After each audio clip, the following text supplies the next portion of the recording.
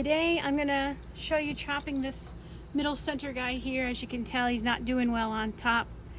He's just not giving out any leaves, so I was told by one of my group members that that's what I believe he called budding, and that's where it's just not popping any leaves out on top. He said some of his desert roses do that as well, and Madagascar palms are actually cousins to desert roses and crown of thorns.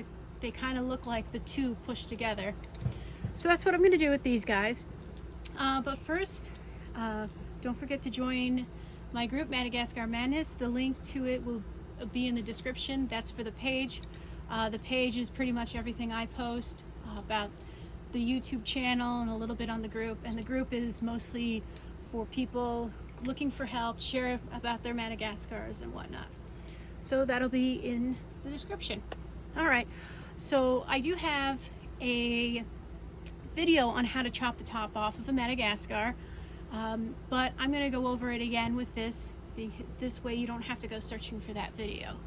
So just to recall, you're going to need a knife, you're going to need rubbing alcohol, gloves because you don't want to get stuck with the needles, and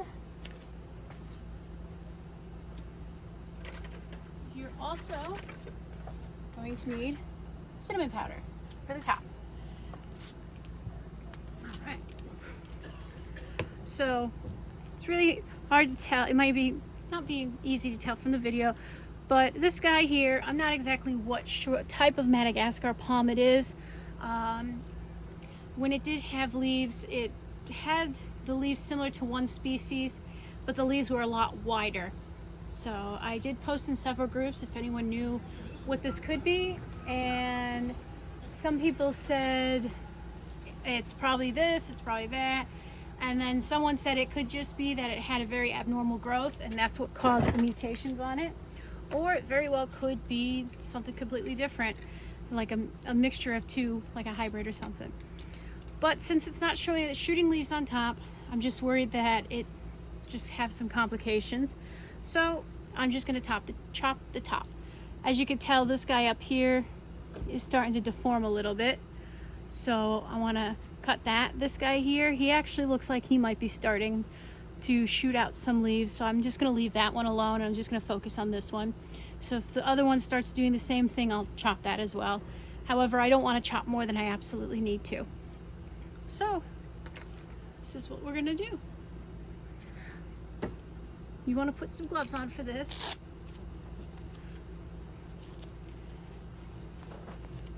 Just to protect you from the spikes. Now when I handle the big guys and I'm repotting them, I do put welding gloves on just because that doesn't really go through that.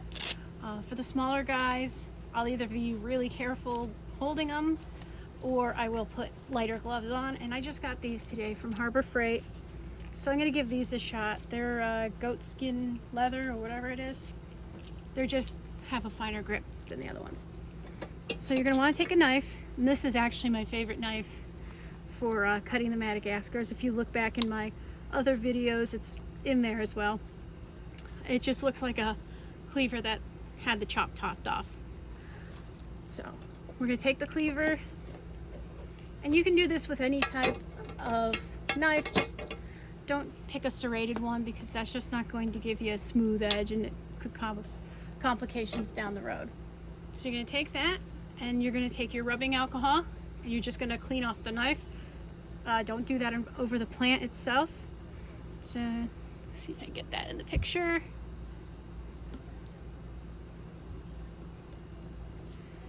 And you're going to let that dry.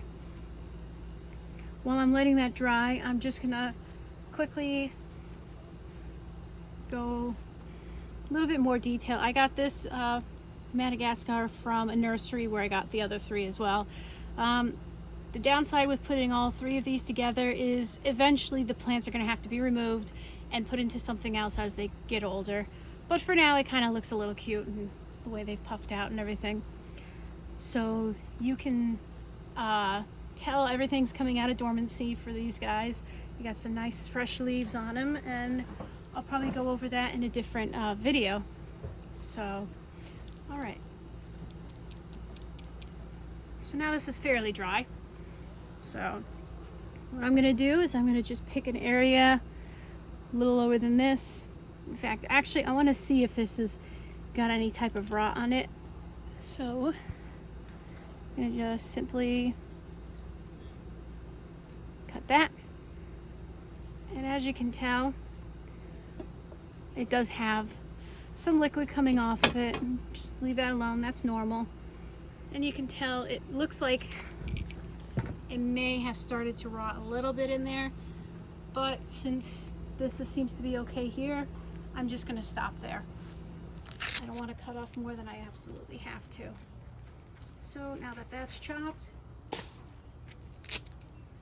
the next thing I'm going to do is I'm going to take the ground cinnamon and I'm going to sprinkle some on top.